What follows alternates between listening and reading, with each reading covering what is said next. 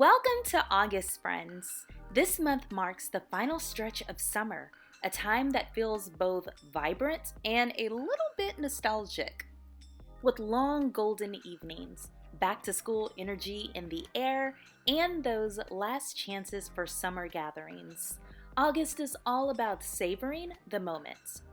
It's also packed with fun little holidays like National Relaxation Day on August 15th and National Watermelon Day on August 3rd, giving us all the more reason to slow down and enjoy home in a fresh, seasonal way. So when it comes to decor, August pairs beautifully with light, airy styles that still hold a touch of summer.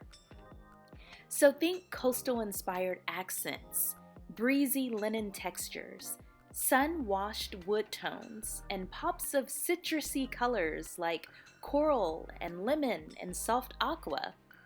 Boho chic and tropical decor also really shine during this time of year, perfect for keeping the mood relaxed and vacation-like even if you're staying close to home. Whether you're refreshing your space or just adding a few seasonal touches, August is the perfect time to lean into that effortless sun-kissed look. Enjoy the video!